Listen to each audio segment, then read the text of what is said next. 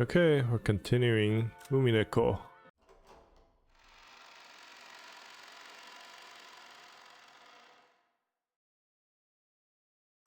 I got a comment yesterday saying that the first half of episode 1 is rather slow compared to, I'm guessing, the rest of the game. So I don't know how far in I am in episode 1, but I'm looking forward to it if it's gonna get faster than it has been. There has been quite a lot of stuff that just feel like pure setup, but there have been dialogues that are just good and fun in and of themselves. So we'll see what happens next. Across the hall again, on our way to the entrance. As we did, we once again spotted the witch's portrait. However, spotted is probably not the best word to describe what that experience. It's like our eyes were inexorably drawn to it. The woman's eyes, with their sage-like glamour, definitely had the power to make those who viewed it stand rooted to the spot. So this is the witch, Beatrice. Wonder if that story is true. Who? Battler doesn't believe? Back when he had asked what this picture was, the first person to tell him had been Maria. Why is this referring to Battler in the third person now? Therefore, when Battler showed signs of doubt, Maria must have felt that Battler didn't have faith in her. Of course, that wasn't what Battler meant. Maria ran up to the portrait and began banging on a plate hanging below it.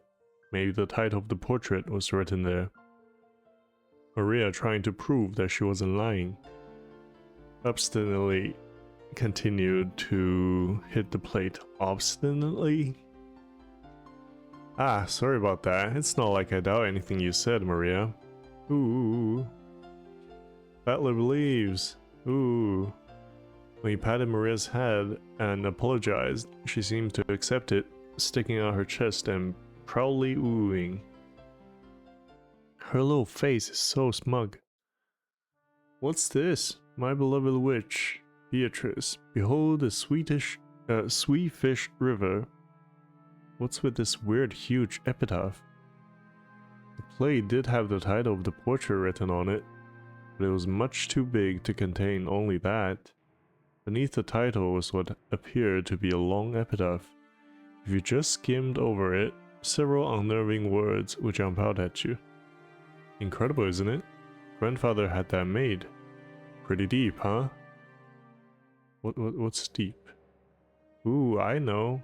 It's the place where the goat's hidden. Wait, what? Have I?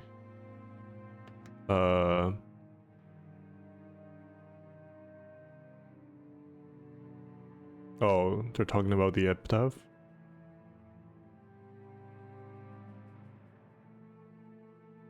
Okay. Right. Yeah, my brain just completely blanked for a second there. Wait, there's a story about the Ushilimiya family's hidden gold. Now there's another thing I remember from long ago. Hold on, Aniki, is this for real?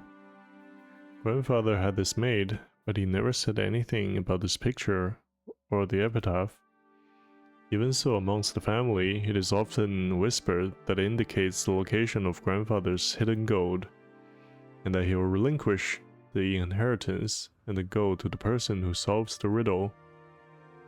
Ooh, I heard that too, lots and lots of gold. Well, something like that. Something like 10 metric tons of gold bars. I think it's fake though. Still, when you read about it, an epitaph like this, it almost seems real. I think I already explained grandfather's upbringing, but let me also mention the Ushilimiya family's legend of the gold.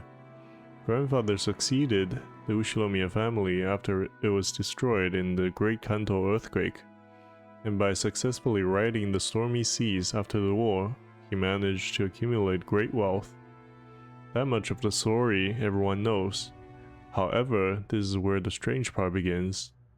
Part of it involves grandfather's black magic obsession, so it's incredible So its credibility is extremely low, but... Well, wait until the end before you doubt or make fun of it. After the war, grandfather correctly predicted that the future would hold, what the future would hold, and won in a huge gamble, accumulating a vast store of wealth. But there's a mysterious legend about how he gained his initial funding. Grandfather came from a branch family and had no connections in the business world or the financial world. Even though he later built connections with the occupying forces, he supposedly started as a nameless person who hadn't yet gained anyone's trust. It takes trust to gather money. There's no way anyone will lend money to someone they didn't trust. How did grandfather, who had no reputation at all, manage to obtain his first vast chunk of funds? When asked that question, grandfather supposedly answered like this. On a certain day, I encountered the golden witch, Beatrice. Grandfather then went on and on about his continuing research into alchemy and techniques for summoning demons in order to become a great magician. And the entity summoned as a result of the demon calling ceremony was the golden witch Beatrice. Okay, so before he became rich, he was already into black magic. And he summoned Beatrice as a result of his research. He then apparently made a contract by which he would receive fortune and honor in exchange for his own soul. The witch then granted grandfather 10 tons of gold. Grandfather used this gold as collateral to prepare a vast quantity of funds, which he then used to multiply his wealth many times over and revive the Ushilomia family. It seems the story is so old that even our parents were told it when they were still children. So, back when our parents were young, they explored this island in all sorts of ways, believing that the gold grandfather had received from the witch might be hidden somewhere.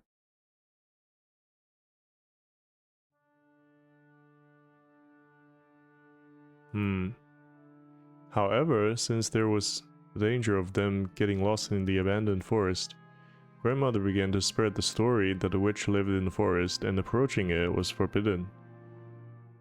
I remember that old story. When we were little, we also went all over the island searching for treasure after our parents told us about it. Didn't we get lost in the forest once?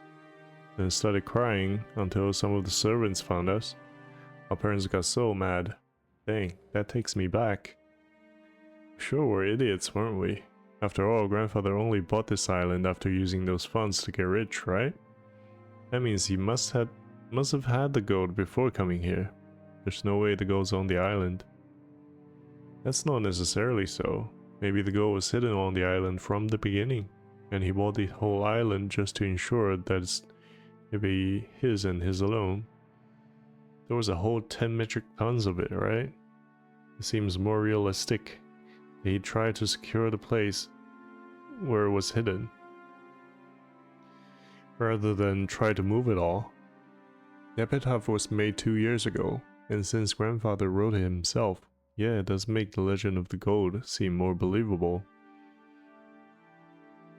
The so-called witch's gold that revived the Ushilomia family weighed 10 tons. Maybe that's sleeping somewhere, ready to be turned over to whoever can solve grandfather's riddle. Maybe that's why he did it. Ha, I guess that sounds like grandfather's style or something. Hehehe. If it's true, that's pretty incredible.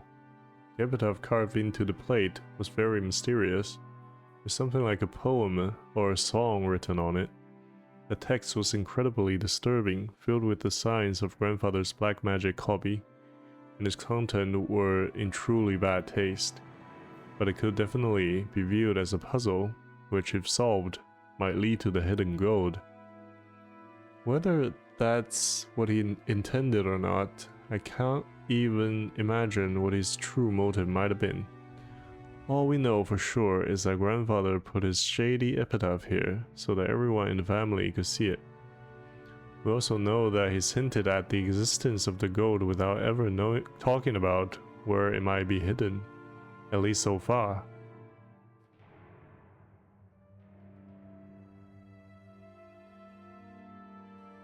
Yeah, why would he do that? These facts then were embellished by the imagination of our parents, who were convinced that grandfather was challenging us to a battle of wits. Sounds just like my dad, so greedy that he takes something like this so seriously. He may laugh at grandfather's black magic obsession, but he still believed the story about the hidden gold. It just sounds so good. Well, it's certainly not a realistic story. At that time, when grandfather was still nameless and had no connections, there was no way anyone would just lend him a massive quantity of gold bars for free. If such a person actually did exist, it's not unthinkable that grandfather would call such a person, such a sponsor, a witch. Yeah, but it's 10 tons, 10 tons. If you cash that in, how much would it come to? I mean, that'd have to be a ridiculous amount. Right? Certainly would be a ridiculous amount. They say that the total amount of gold mined by humankind since the dawn of history is 100,000 metric tons at most. That's 1/10,000th of all the gold humankind has obtained throughout history. Should belong to just one person. It's just insane. On top of that, the witch supposedly had all that gold collected in one place and was able to lend it to grandfather just like that. We're not talking about any ordinary person. Well, to me the 10 tons number seems pretty fishy. After all, no one's actually seen it, except grandfather, right? Even if we assume that some generous witch existed and lent him some gold, maybe it was closer to 10 kilograms than 10 tons. Even 10 kilograms would be a pretty incredible sum, right? Ooh, 10 kilograms of gold is how much? Maria, who wasn't following the story and felt like she was being spoken to in riddles, finally found a place where she could ask us a question. It was a question I also wanted answered right then. Whether it was 10 kilograms or 10 tons, it still felt like a huge amount, but I had no idea exactly how huge. Giorgianiki folded his arms and tried to remember the market price of gold. Well, even the value of gold is affected by the market, and the value of physical gold can change depending on its purity and the trustworthiness of the foundry. You'd also need to pay handling fees to cash it in. However, that doesn't change the fact that it's a precious metal, and some people estimate that humanity will mine all the world's gold within half a century if gold mining continues at its current rate. Just guessing haphazardly, I think you could expect a price of about 2 million yen per kilogram. Whoa, just now I randomly said 10 kilograms since it sounded smaller, but even that would be worth 20 million yen, wouldn't it? Ooh, I weigh 28 kilograms.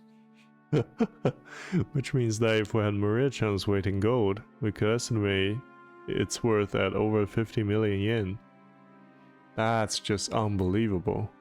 How much would 10 tons be then? 10 kilograms is 20 million yen? Which multiply by 1,000, so, 20 billion yen? What the hell? How much is 20 billion yen actually worth? We can only measure it relative to our own pocketbooks. Anyway, let's say that a person's wage over a lifetime are about 200 million yen. You grew up and worked like crazy, sacrificing your life for your company, and you're finally freed as you approach old age. Everything, including retirement money, might add up to about 200 million yen.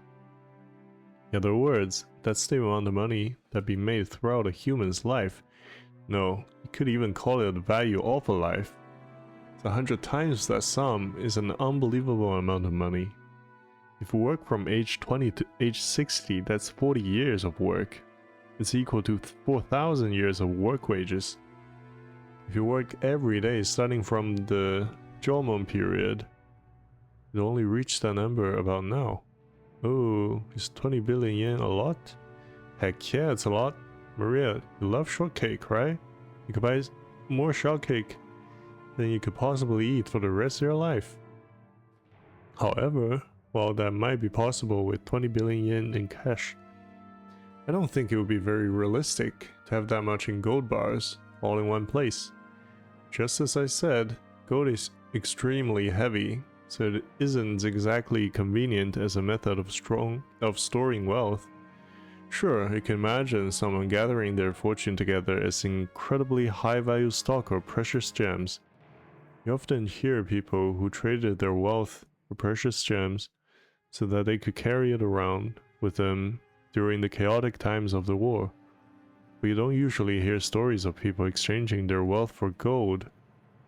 Maybe heavy, but it's the most trusted and stable form of wealth internationally, so maybe that was important. For example, bonds are just scraps of paper if the whole country goes under. You can also look at it that way.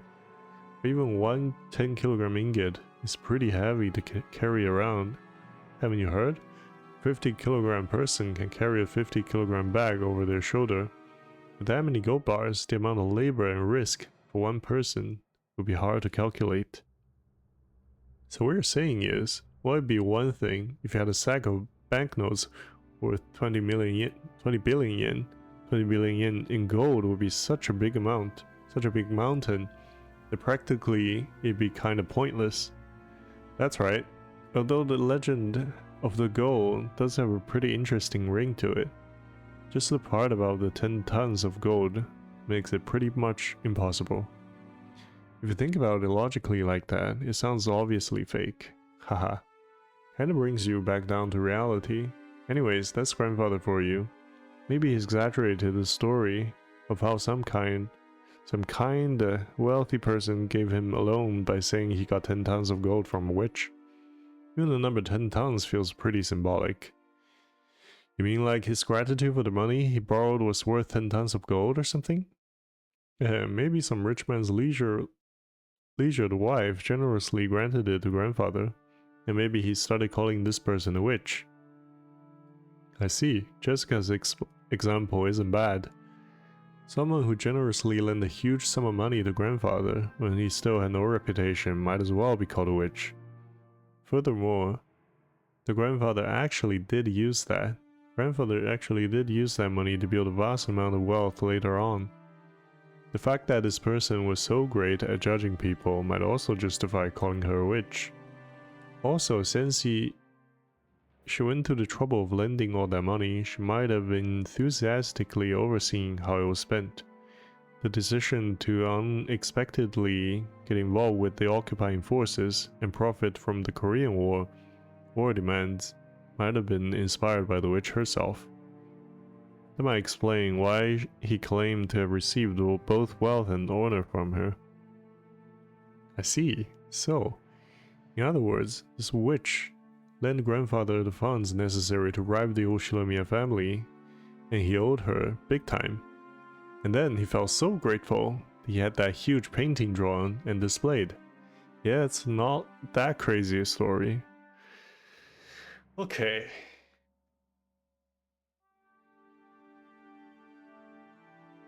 No, from the naive perspective of Battler and the cousins,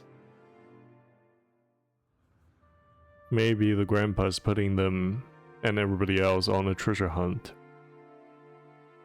He built this puzzle, this riddle, and anybody solves it will get the money. But obviously, from our perspective, we have seen the grandpa's attitude toward his offsprings. I don't think he had any reason to want to offer up all of his wealth to any of them. All he's ever said was that he'd rather leave nothing and maybe give everything back to Beatrice. But he is the person who, let me turn off Discord notifications. But he is the person who made the painting and the epitaph. So what would motivate him to do that? Would it be something like, if you're so greedy that you actually go look for the gold following the epitaph, you will be sacrificed to the witch, or something like that. It's even possible this person was an old granny who looked like a witch. Maybe your grandfather idolized her, and that's why he had her drawn to look so beautiful. Haha. I'll bet if we ever meet this person, she wouldn't be nearly this pretty. Ah, that's possible. The name Beatrice sounds pretty Western, and if you think about how everyone in your family has Western names, maybe even the name Beatrice is the result of grandfather trying to rearrange some Japanese person's name to make it sound Western. I get it. That means this pretty girl doesn't exist outside the picture. That means I won't be able to rub those elegant breasts. Is this also your ice-breaking method with the witch? In the first place, isn't having a witch pretty bizarre by itself? Like you could find something like that anywhere on Earth. I laughed and made fun of the witch, trying to distinguish myself from the kid I was 6 years ago who feared the witch of the forest when Maria tugged on my sleeve. I could tell by how hard she pulled that she was a bit upset. What is it, Maria? Ooh, Beatrice exists. Maria stared up at me. She had on her usual sour look, but I could tell she was angry by the color of her eyes. Witches exist. Ooh. Well, sure, they do exist. If you turn the TV on and watch anime or something. Witches exist. Ooh. I started getting impatient, not knowing why Maria was jumping on me like that. Then Jessica tapped me on the shoulder and whispered, "Dumbass, you're smashing a kid's dream. Maria really believes things like witches and Beatrice exist." Come to think of it, Maria-chan, in social studies at your school, when you were asked to write up what you want to be when you grow up, you wrote a witch, didn't you? Maria nodded seriously. Tears started to run from the corner of her eyes. I see, to a girl who wants to become a witch in the future, the existence of Beatrice was proof that witches do exist in this world, and was therefore an image that she yearned after and admired. Exist. Witches exist. But Battler still doesn't believe. Ooh.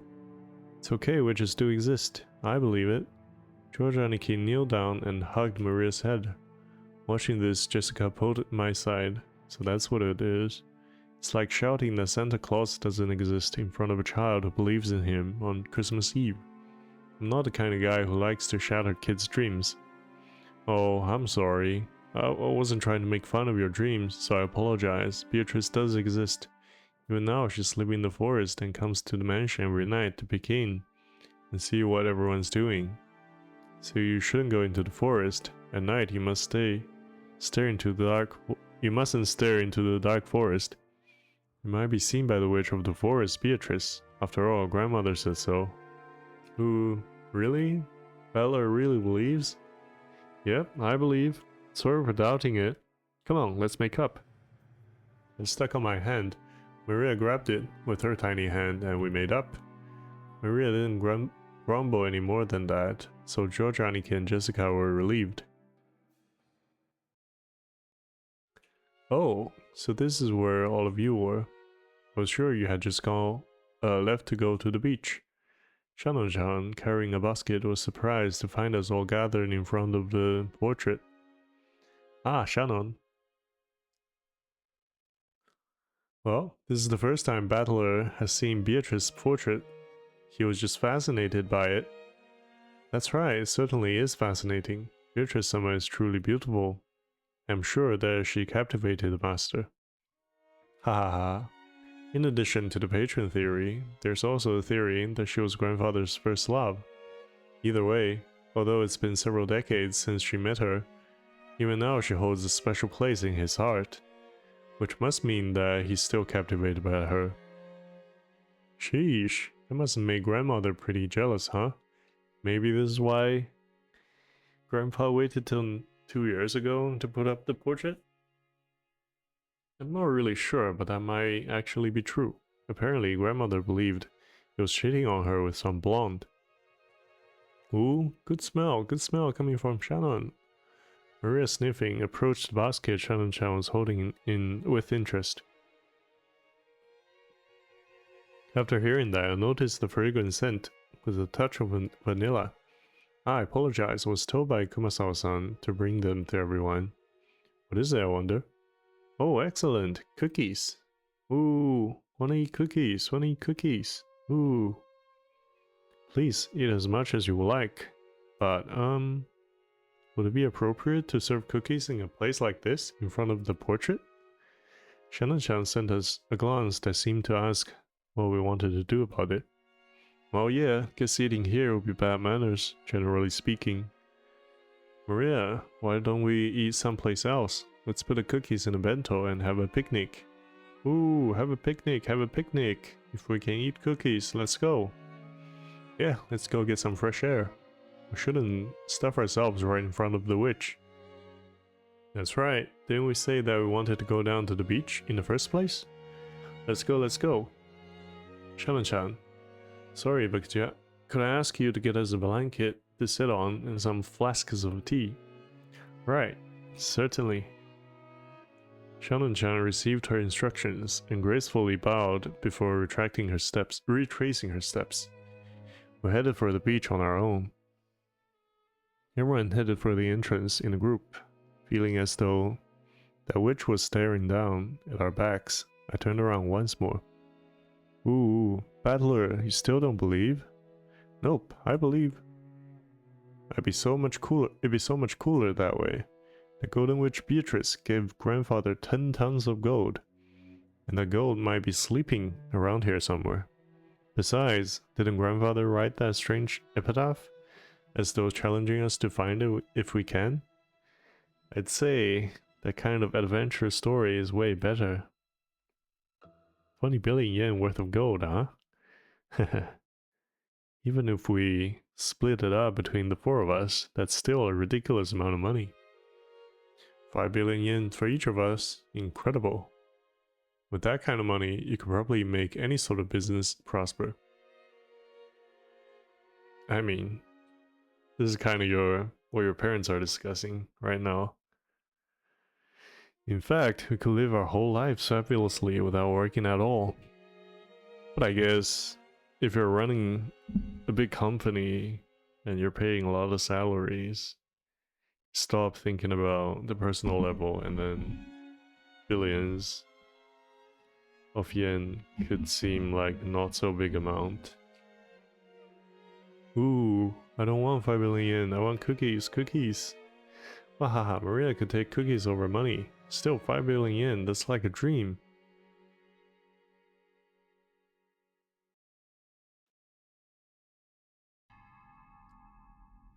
Ridiculous. Is it possible that you all truly believe in Father's legend of the gold? Of course we don't believe that story about a witch giving him gold, but there's no mistake about the gold itself. The fact that Father obtained gold bars from an unknown source has been confirmed in several ways. You've heard that before the president of the Maluso company died, Father showed him a large pile of gold somewhere. Father used that man's claim as proof that there were 10 tons worth. That's just the nonsense of senile old man.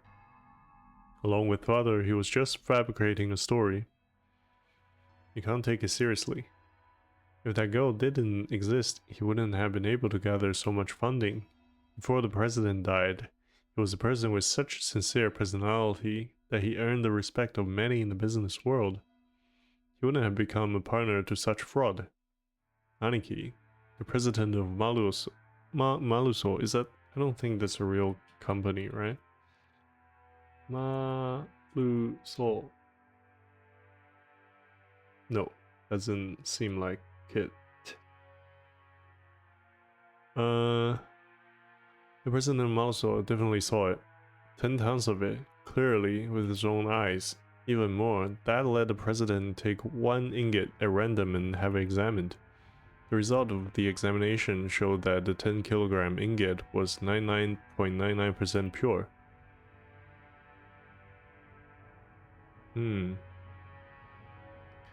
He said that the Ushinomiya family crest, the one-winged eagle, was imprinted on it.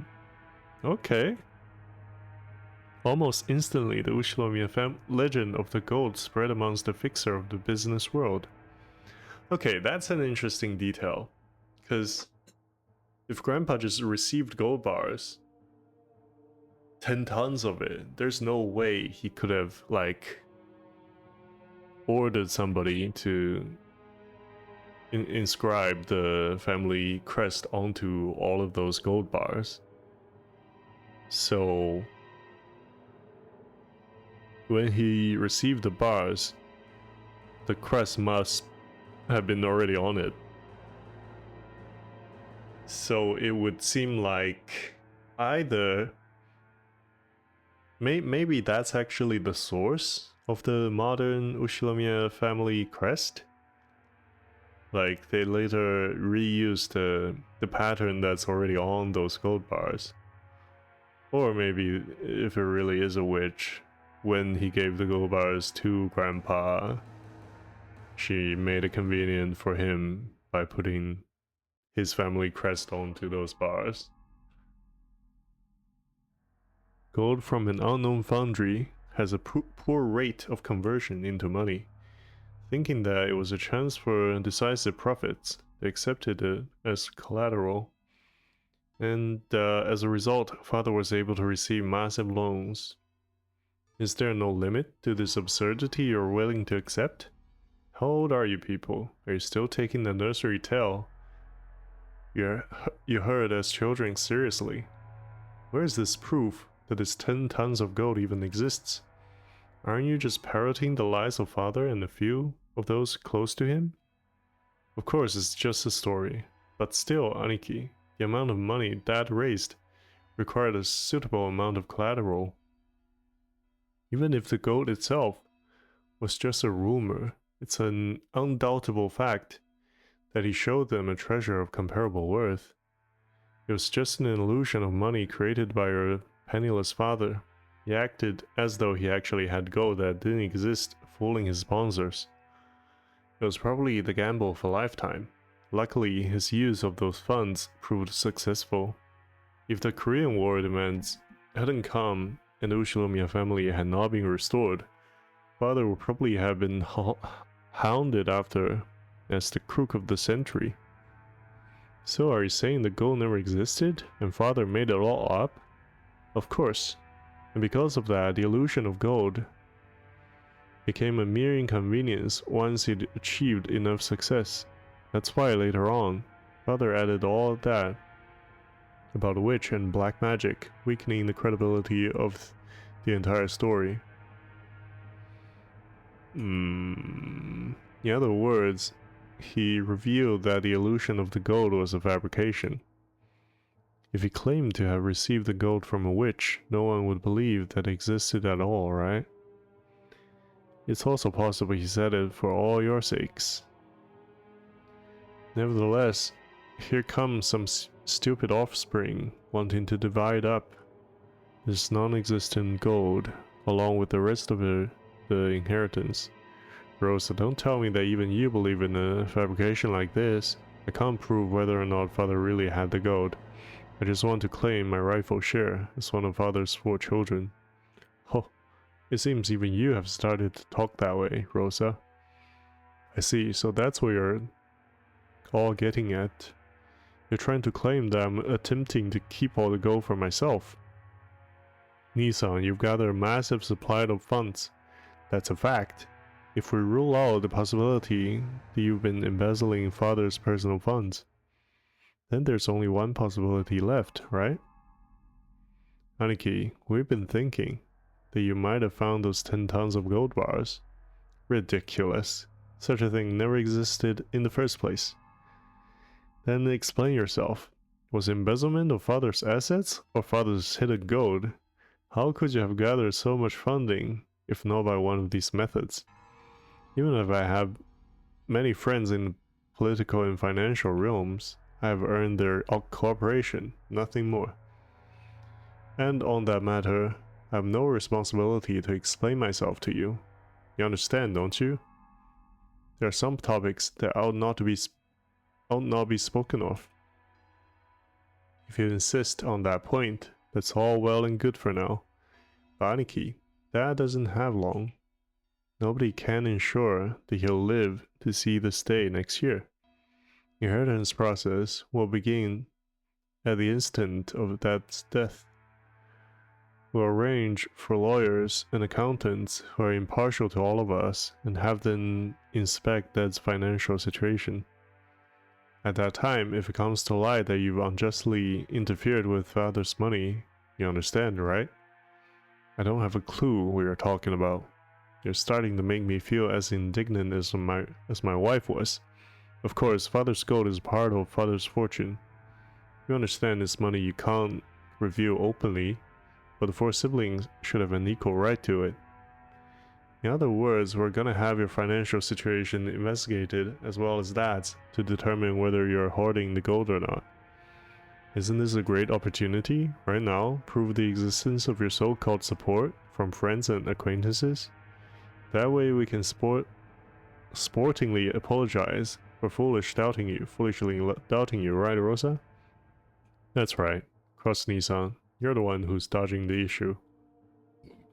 If you were guiltless, you could just prove that you were in the right, but you aren't even trying to do so. However, Aniki, we still have to consider your position here.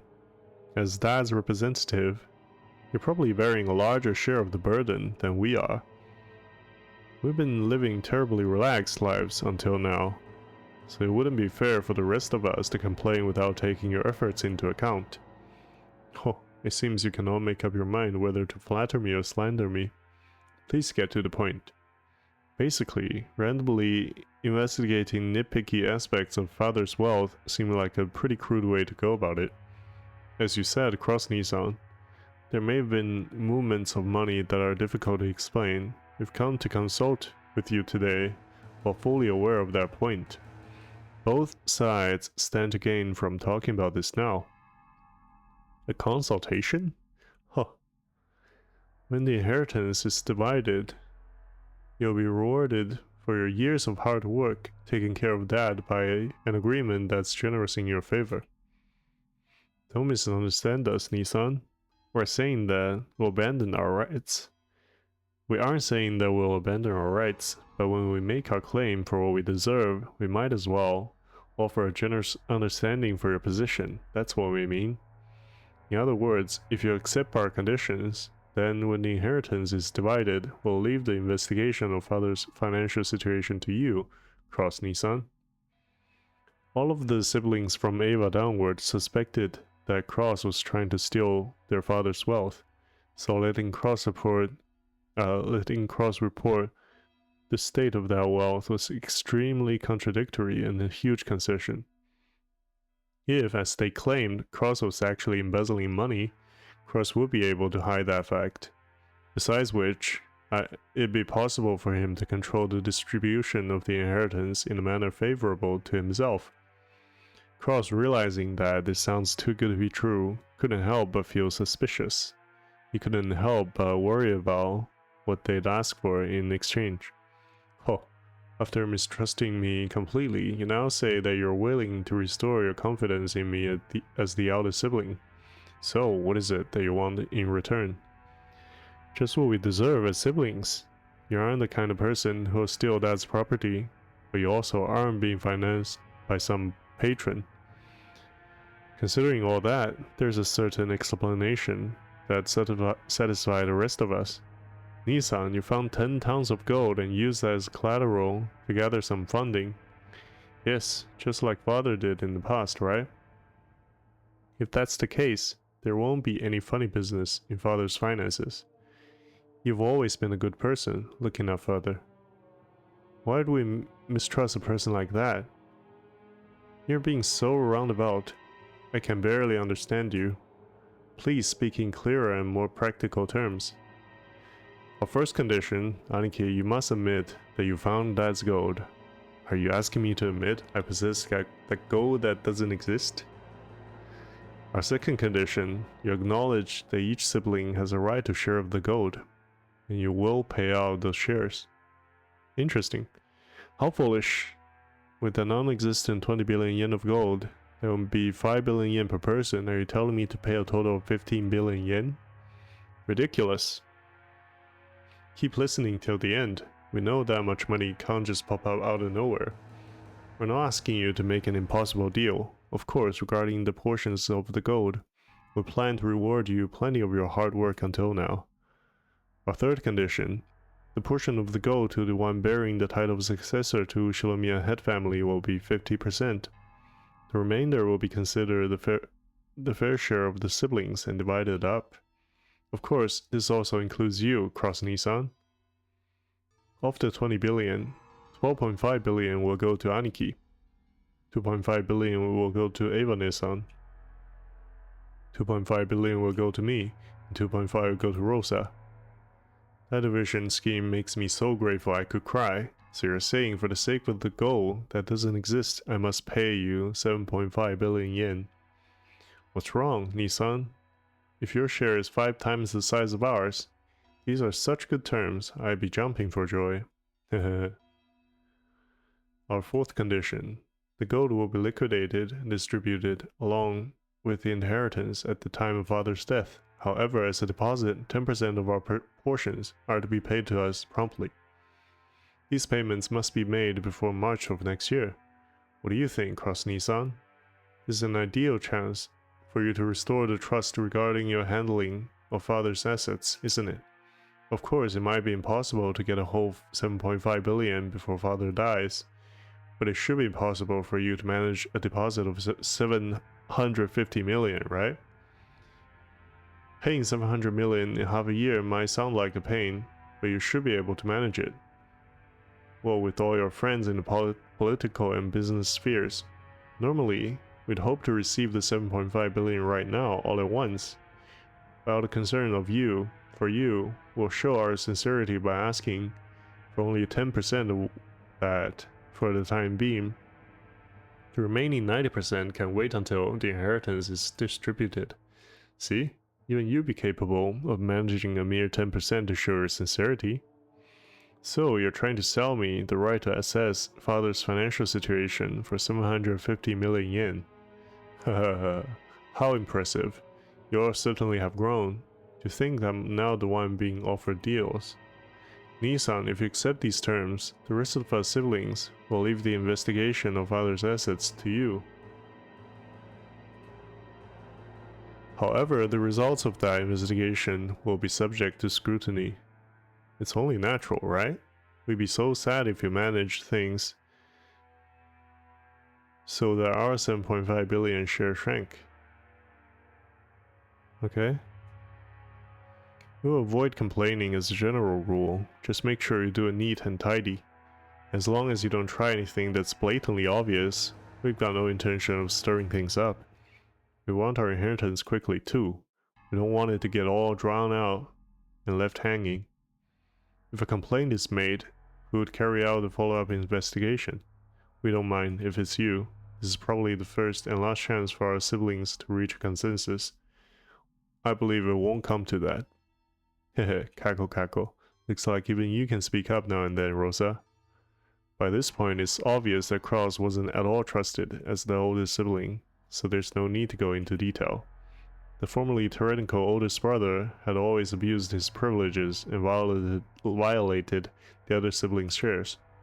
It was in response to this that the other three, now adults, were finally teaming up and striking back for the first time. Sorry, but there's more. Our fifth condition. This decision must take precedence over father's will. Is that even legally possible? Later on, we don't want some will to appear and make this decision completely irrelevant. I see that you're very cautious. Then let me ask, if the gold really were found, what would you do? Since you'll be making payments to us for what the gold's worth, the rest of us really don't care if we ever see the gold or not. You can think of our shares as an advanced payment. Higo, it's good to have dreams, isn't it? You plan to turn this island into a resort, right? You might stumble upon the gold by chance during construction. Ava let out a high-pitched laugh. Cross watched, but didn't even flinch. Let me add a 7th condition before I accept. In the situation that any sibling other than myself finds the gold, they'll immediately turn it over to me. Yes, of course. We'll hold on to it for you, giggle. Okay, so I've been thinking whether or not they actually mean any of it. So basically, the source of all this gold conversation is just that Cross came up with a bunch of money to do the construction projects, and the source of the money is mysterious. It's either from the gold or some legitimate. By legitimate, I mean like not supernatural means. He came up with a bunch of money. And the siblings, they essentially believe that it's embezzlement, and their response to seeing the embezzlement is to, I guess, blackmail Cross. And it doesn't really matter whether or not there's real gold. If there is real gold, then legitimately the siblings should get a share of that as well. So it doesn't really matter where Cross came up with the money. The point is just that, regardless of how he got the money, the siblings are asking for a share of it.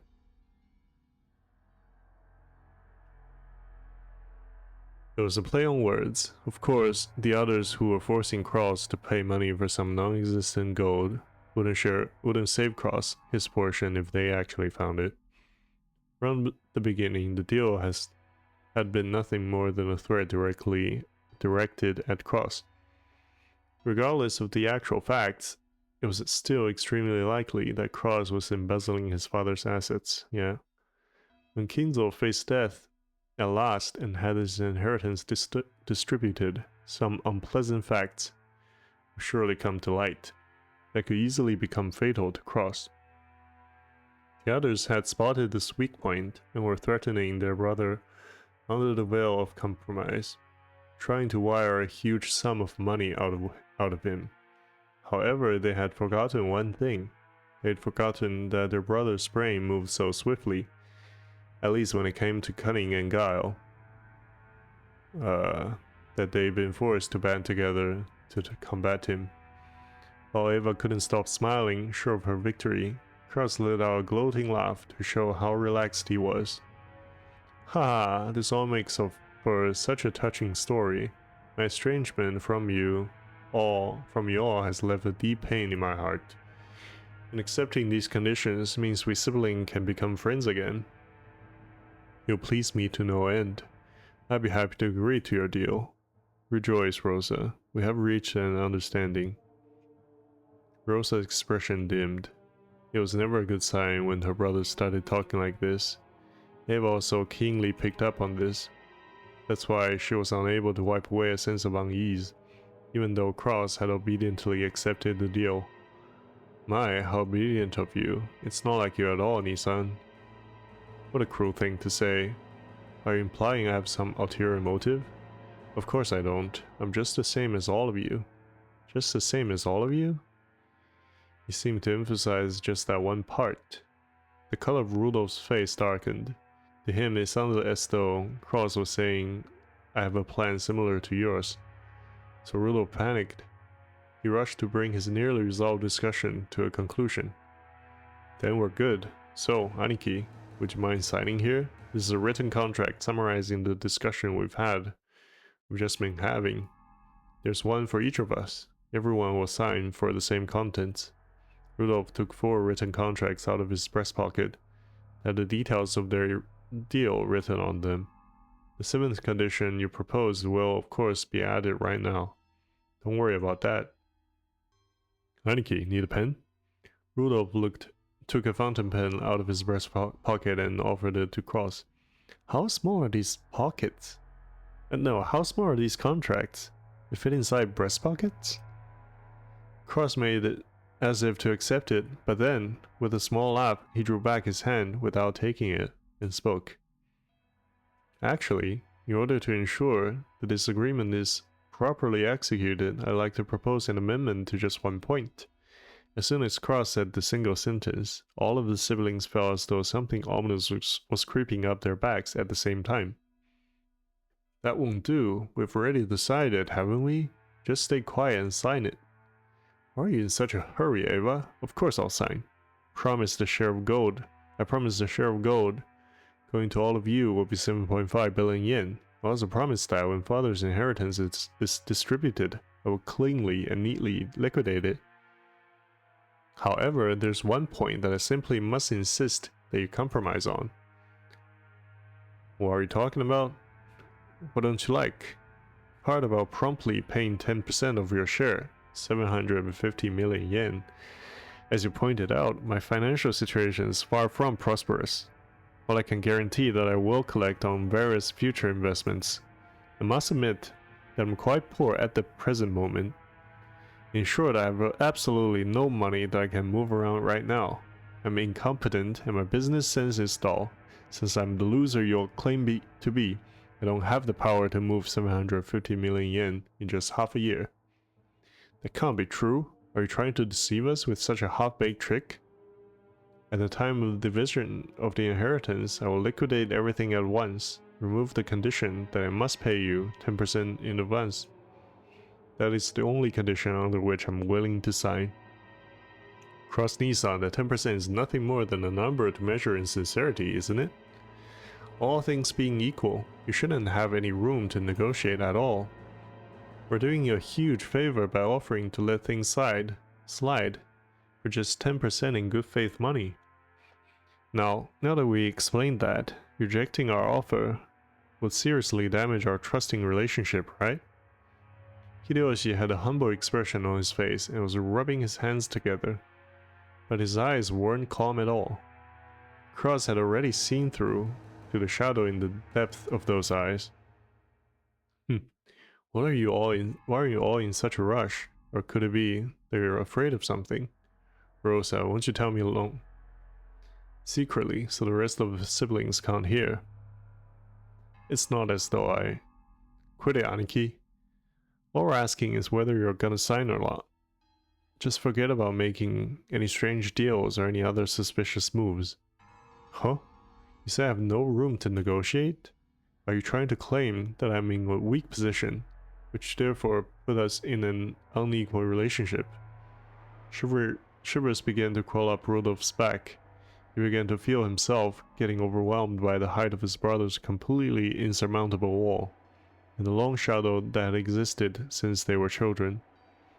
Shouldn't deals be made between those on even footings? From my perspective, this deal will help restore the long-lost trust of my younger siblings and deepen the love between us. Damn, it's gotta be so exhausting to have to talk like this. Or listen to somebody talk like this. It's an old problem that's been eating at me, and one I would prefer to resolve as soon as possible. I would be overjoyed if we could resolve it today. However, it seems I'm not the only one who've been quite glad to close this deal quickly. Am I wrong? Cross stared at each of his siblings. They avoided his gaze with animal-like instinct. Only Hideyoshi was slow to avoiding it, so he was caught by Cross' gaze. Hideyoshi-san, I hear your company has been doing extremely well lately. At a brisk pace, it went public, and both its track record and its stock prices have soared. I am truly jealous. We aren't here to talk about my husband. However, it is unfortunate that you have neglected your stockholders. It's even more unfortunate that you were unable to solidify your base when you became stock listed. Before you realized it, some bad-natured colleagues of yours had bought up a huge share of your company's stock, right? How could you know about that? The same way you knew about me. It's possible to collect evidence proving that no one would offer a loan to me, and it's possible for me to collect evidence on you. Haha, is it really so unexpected as that? Cross grinned broadly. In contrast, Hideyoshi's face was rapidly turning pale. Hideyoshi's company was a restaurant chain management company that he started from nothing. Thanks to Hideyoshi's management efforts, the company had achieved success repeatedly, expanding its range, and the petition to make his stock-listed company had recently succeeded. The greatest advantage of being in a stockholding system is that you can sell stock certificates and gain a large amount of financing. That amount tends to be far greater than a business's normal profits, so this is an extremely effective way to gather massive funds to expand the business even further. However, in exchange for financing the company, the stockholders gain certain rights. They're given rights. We're actually learning about finance in this game. This is actually just explaining how stocks work. They're given rights that allow them to observe and guide the company they've invested in, leading to profits even greater than their original investments. The rights is guaranteed to the stockholders, and they sometimes use it to dismiss ineffectual management. The right allows them to keep an eye on management and prevent the money they've invested in the company from going to waste. However, if they use it forcibly, they can eject the former management and take over the company. After all, dismissing management and nominating new management are powers held by the general body of all shareholders. That power is determined by the majority decision of the shareholders, and people who hold more stock get to cast more votes. In other words, if some person or group holds a majority of the stock, they can freely chase out the old management and make the president anyone they like. If they want, it's also possible for them to make themselves president. Most companies take various defensive measures to stop malicious people from buying up their stock and threatening their position, like ensuring that lots of stock is bought by those close to them, such as company employees. However, Hideyoshi's company had only recently become stock listed, and he hadn't had time to strengthen those defensive measures. Or maybe Hideyoshi was so engrossed in the management of his company that he couldn't properly understand the dangers of being stock listed. That is hard to believe. It's hard to say whether he should be viewed as a kind-hearted manager immersed in the work of management or a foolish manager who had his feet swept out from under him. In other words, there existed some people who wouldn't let him get away with that naivety unscathed. They began repeatedly buying up stock in Hideyoshi's company, rapidly gaining such strength that it couldn't be ignored. They then sent anonymous documents to the shareholders in an attempt to gain control of the majority. The documents read, the current management continues to make pointless investments and is ignoring the needs of the stockholders. Let us force the current management to retire, cut the current wasted investments, and let this company be born again as one that gives more back to the stockholders. It's very difficult to make the actual states of a company management known. The fruits of Hideyoshi's sleepless nights and constant concern for his company were cruelly distorted, and he lost the trust of his stockholders. Thanks to these efforts, the group had almost collected a majority of the company's stock. At that point, even Hideyoshi noticed and started to buy back the stock, but the stockholders realized that the company was undergoing an acquisition maneuver, and each demanded a ridiculous price for the shares that Hideyoshi was trying to buy back. They continually tortured Hideyoshi, who had no leeway in the negotiation of the price. One of the certainties of capitalism is that the price will rise when two parties vie for the same thing. And one of the certainties of democracy is that the majority controls everything. So in the end, whoever manages to buy up the most stock wins. Put another way, whoever has the most money wins. Wings? Why am I saying it like it's a chicken wing? Unless Hideyoshi could obtain a large sum of money at this critical time, he could easily lose all he had built so far. Therefore, more than anything else, he wanted a lot of money right now.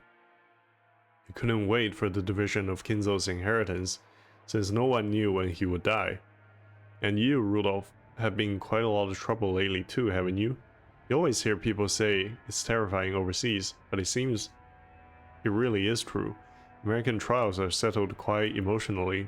They never hand down generous judgments to foreigners.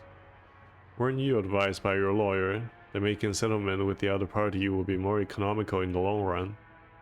What's this about? Oh, not even she knows? Well, it's just some trouble from work. No big deal, nothing you can't settle with money. Kyrie immediately guessed the meaning behind the subtle expression on Rudolph's face. Her husband had gotten wrapped up in some kind of trouble without her knowledge, having worrying over it alone. That's right. In this world, anything can be settled with money. After all, you can even buy back the broken bonds between siblings. Damn. America is very fuzzy about the violation of rights, but with money, anything can be settled. Long live capitalism. Though rumor has it that settlement money could be as high as several $1,000,000. Rudolph had been building a large amount of wealth with a certain type of niche industry. However, a niche is a niche. This definitely wasn't a business exposed to the light of day. An American corporate giant was trying to accuse Rudolph's company of violating their rights. For various reasons, it was thought that victory for Rudolph in this trial would be extremely unlikely, and he was being forced into an all-out... what? An all-out what? All-out surrender. But even so, there was a way for this to be resolved with money. If he could just pay the money, it might still be painful, but he'd be able to pick himself back up.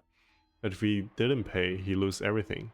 Therefore, more than anything else, he wanted a lot of money right now. Rosa. Even Rosa wants money? It doesn't even sound like she has a business.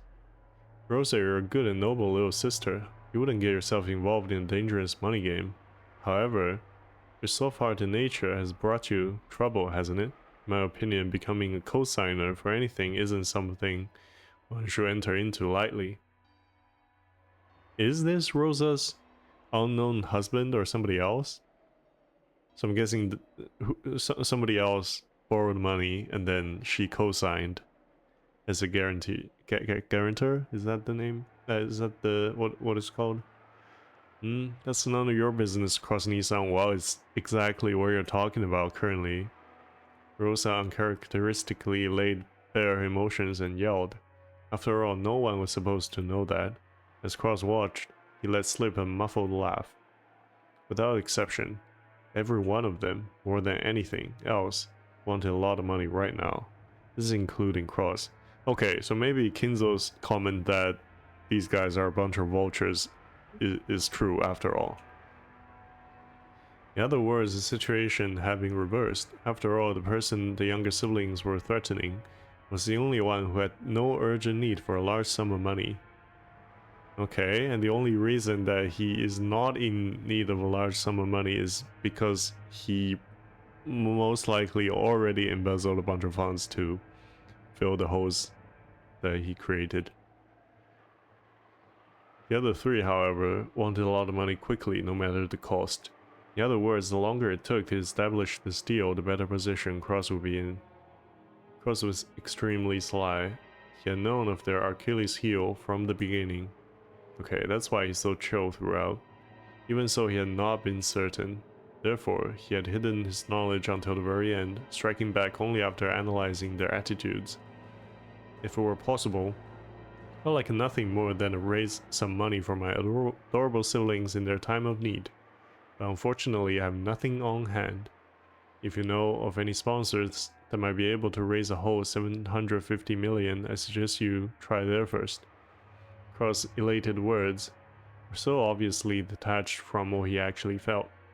The other siblings could do nothing more than listen, grinding their teeth. If they could think of a sponsor that convenient, they wouldn't have kept up this charade. They entered this huge battle specifically because they had exhausted all other options. However, if you do insist on relying on your big brother, I wouldn't mind using my influence to help you find such a sponsor. Oh wait, I do believe you said that I have no influence. Well then, I'm afraid I won't be much help to you.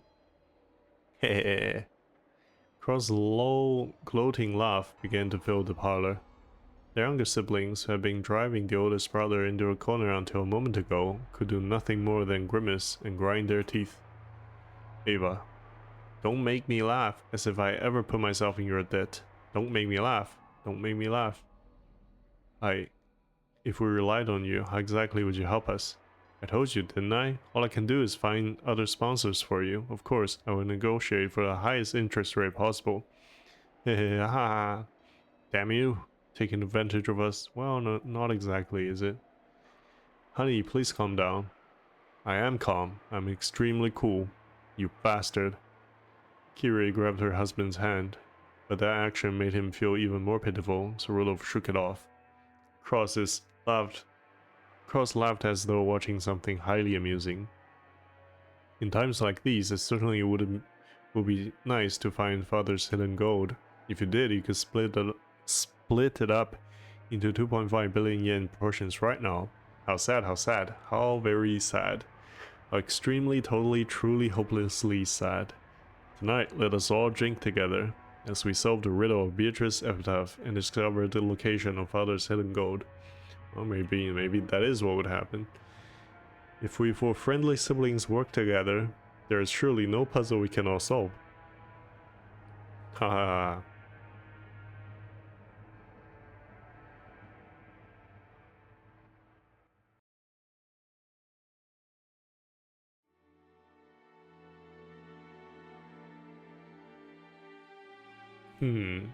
Quite an entertaining scheme. Well then, what are the conditions they've attached? Well, whether or not Cross-sama actually discovers the gold, he'll pay Eva-sama, Rudolph-sama, and Rosa-sama a total of 7.5 billion yen for their shares. However, 10% of that will be paid before March. Cross, you dunce.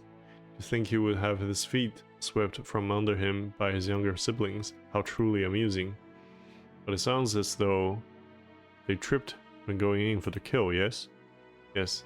Cross-sama exposed the fact that Eva-sama and the younger sibling all have an urgent need to get money. Is there even a need to expose such obvious facts? That irresolute, incompetent man. What are they doing now? That conversation has been put on hold for the time being. Now Beatrice-sama's epitaph is being discussed. So they're trying to solve the riddle and find out where my gold is hidden. Yes. Kinzo set down his spectacles and snorted. Okay, so maybe there is gold, because the way he phrased it, I wanted to find out where my gold is hidden. It would sound like my gold is referring to something that truly exists in real life. Will the miracle be fulfilled first, or will those fools expose the gold first? The miracle be fulfilled. What a show this will be. At the very moment those fools solve my puzzle, I will suffer utter defeat. Okay. So it's not a trap. They can suck my corpse down to the last fragment of bone. The greed of fools can allow great magic to bring forth a miracle.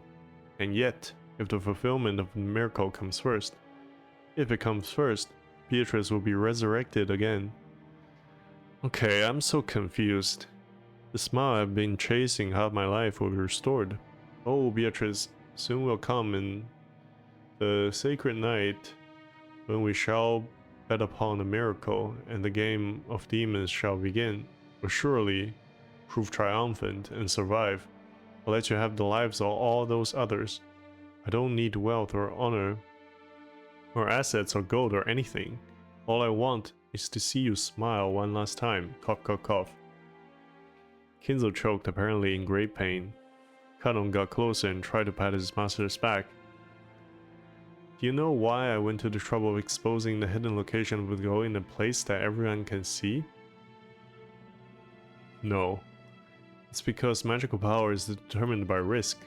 If the number of people who try to discover Beatrice's gold is great, and the danger of them succeeding is great as well, then the power of magic will bring about a grand miracle if we succeed despite the odds. In other words, magic is a game. It is not the case that the one who performs the best becomes the victor. The victor performs the best because he had been granted magic. You see? Is he serious? Or is he crazy? It is similar to how the miracle of life can be granted only after winning against divine odds of several hundred million to 1. Is this a little difficult for you? My apologies. That's fine, it all comes down to this. I'll give all that I have built up to the one who solves the mystery of Beatrice's epitaph. Wealth, honor, gold, and the inheritance of the Oshinomiya family, everything that I have is established. My children certainly aren't the only ones with the right to attempt to solve this riddle. Anyone who solves the riddle will have the right to gain everything, even you. Yes, however, I couldn't possibly understand such a difficult riddle. Of course, I made it difficult, but you must try to solve it as well. It will form the seed that summons the miracle of my magic. If everyone attempts it and everyone fails, that will be that.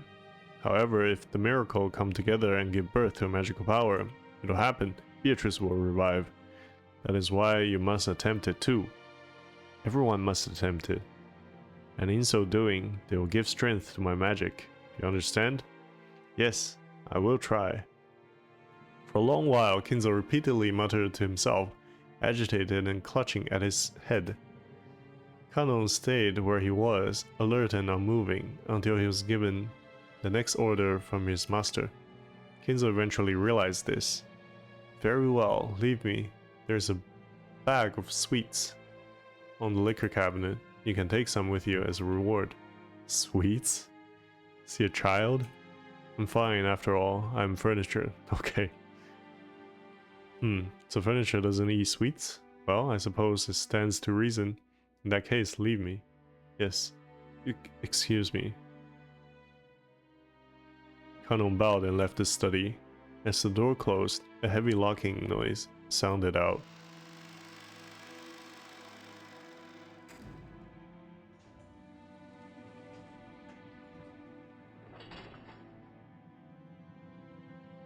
But it was not the sound of Kanon locking the door.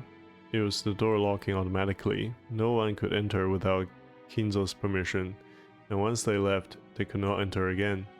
It was a mechanism that Kinzo, unable to trust his blood relatives, had created to seal himself up, his own study, and isolate himself from the outside world. He was already unable to trust anyone excepting not the children who share his blood, but those servants who call themselves furniture. Yeah, they sure do. It's really weird.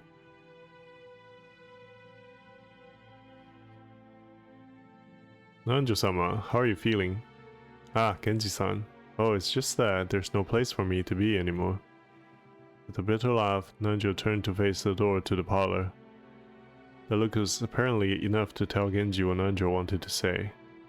For the most part, Genji also understood the family situation. Must have made him want to frown, knowing that right now in the lounge, the master he served was being discussed so disrespectfully. But it would have been very difficult to gather that from his indifferent expression.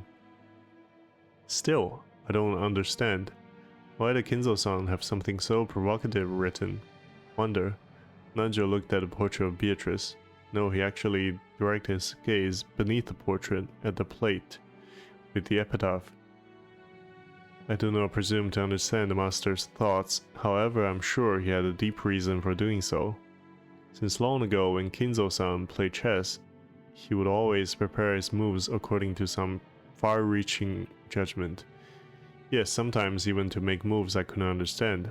For an average person like me, it was impossible to see through to whatever it was he was planning.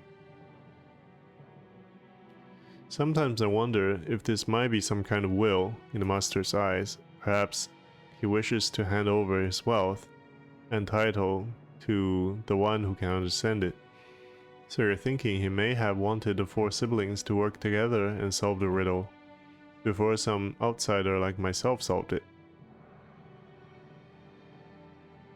Kinzo-san may speak of his children in insulting terms, but perhaps he also wants them to repair their relationship.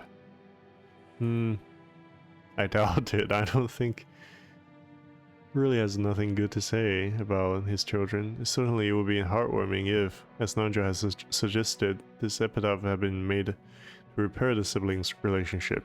However, both Nanjo and Genji knew that nothing could be more impossible than this. They'd known Kinzo longer than anyone, and Kinzo trusted them more than his own relatives. But even they could not guess at his true motives. The master always says that everyone has the right to try and solve the riddle, even if they aren't a member of his family. What about you, Dr. Nanjo? No, it's a little too difficult a puzzle for this senile old man. Actually, I once wrote this epitaph down on my notebook. Night after night, I would try to solve it before going to sleep. But haha, it really is hard. It looks like we might have some free time to relax and consider it before someone comes to get us. What do you say, Genji-san? I am nothing more than furniture in service to the master. Golden assets are unnecessary to me. My, you are very modest. I imagine that's why Kinzo-san trusts you so much. So does Genji not have his own children? I was wondering, maybe Kanon and Shannon are Genji's children or grandchildren, but it doesn't seem like that. But they were certainly educated by him, it would seem. Calling themselves furniture and such. If so, I'm honored. As Nigel lightly laughed in response, he once again looked at the epitaph. Behold the Sweetfish River running through my beloved hometown. You who seek the golden land, follow its path downstream in search of the key. The epitaph on the portrait called my beloved witch Beatrice goes as follows. Behold the Sweetfish River running through my beloved hometown. You who seek the golden land, follow its path downstream in search of the key.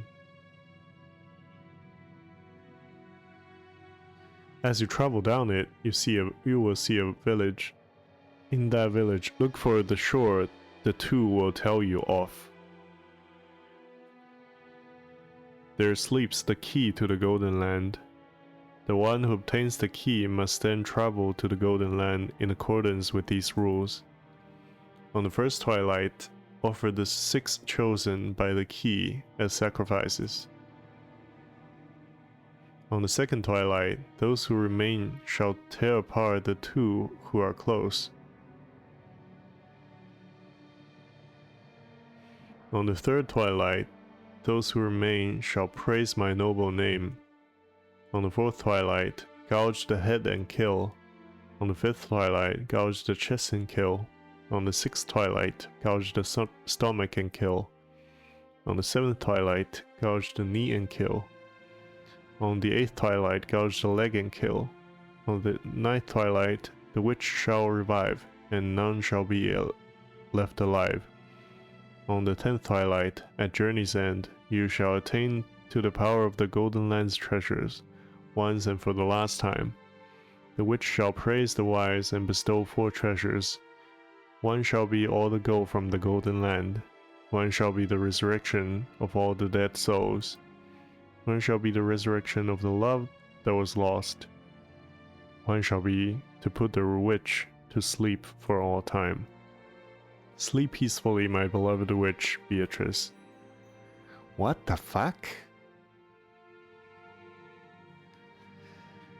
What the fuck?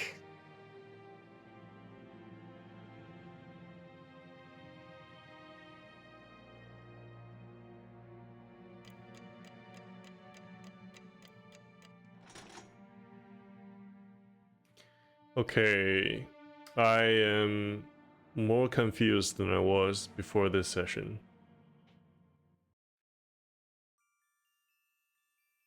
We're gonna end it here, but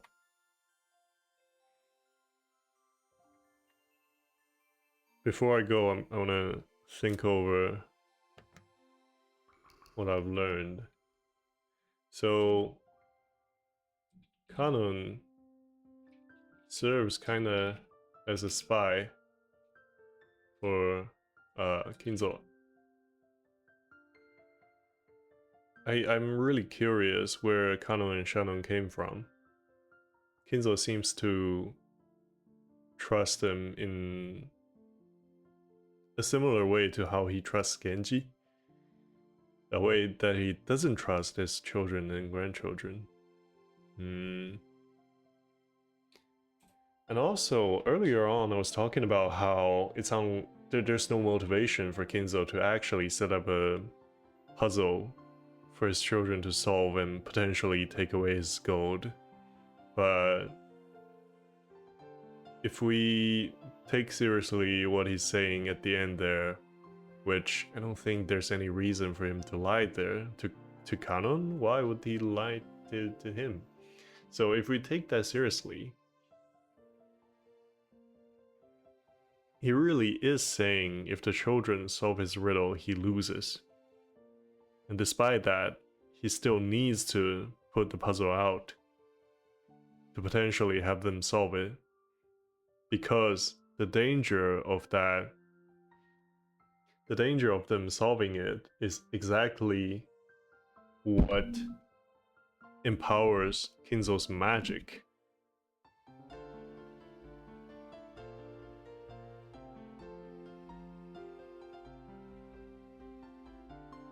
Okay, so let's see.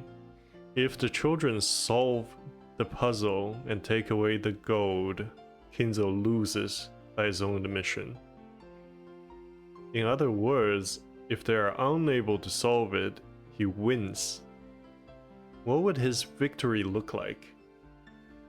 By his own admission, again, it looks like the resurrection of Beatrice. What does that mean? The resurrection of Beatrice. So that would sound like Beatrice is dead, but previously Kinzo also was saying stuff like, I know you're here, you're in the room invisible looking at me. So is she dead or is she alive? What is she? Is she a person or a witch, or are they like talking about something that's not supernatural but using supernatural terms to talk about it?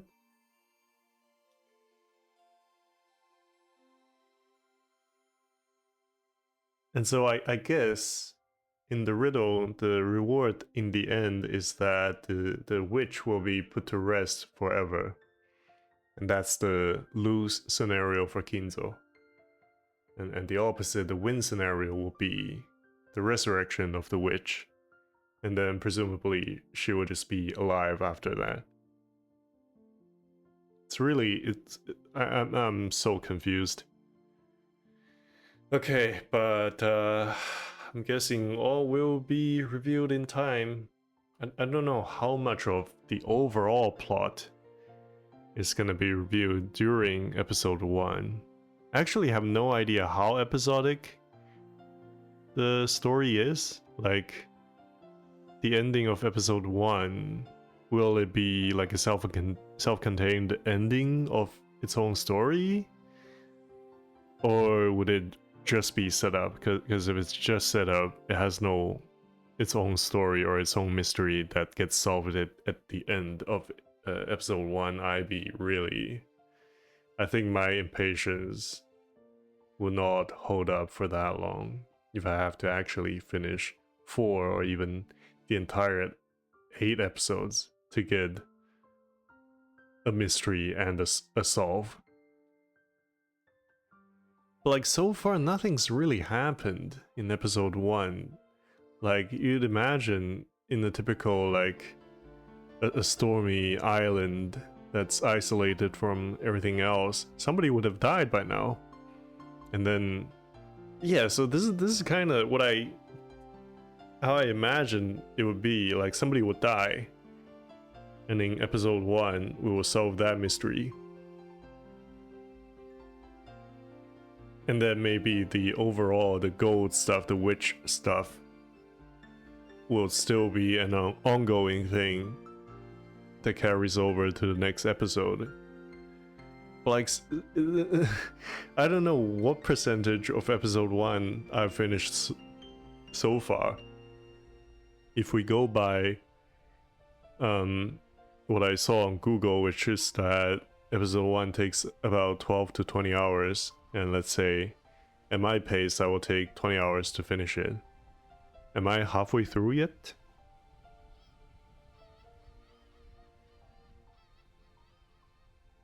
I think I'm... I think I'm maybe a third way through? And nobody's dead yet. Maybe it is because it's episode 1 that the setup takes longer. Man, I really hope somebody dies in my next play session or the one after that. Yeah. We'll see what happens. See you tomorrow.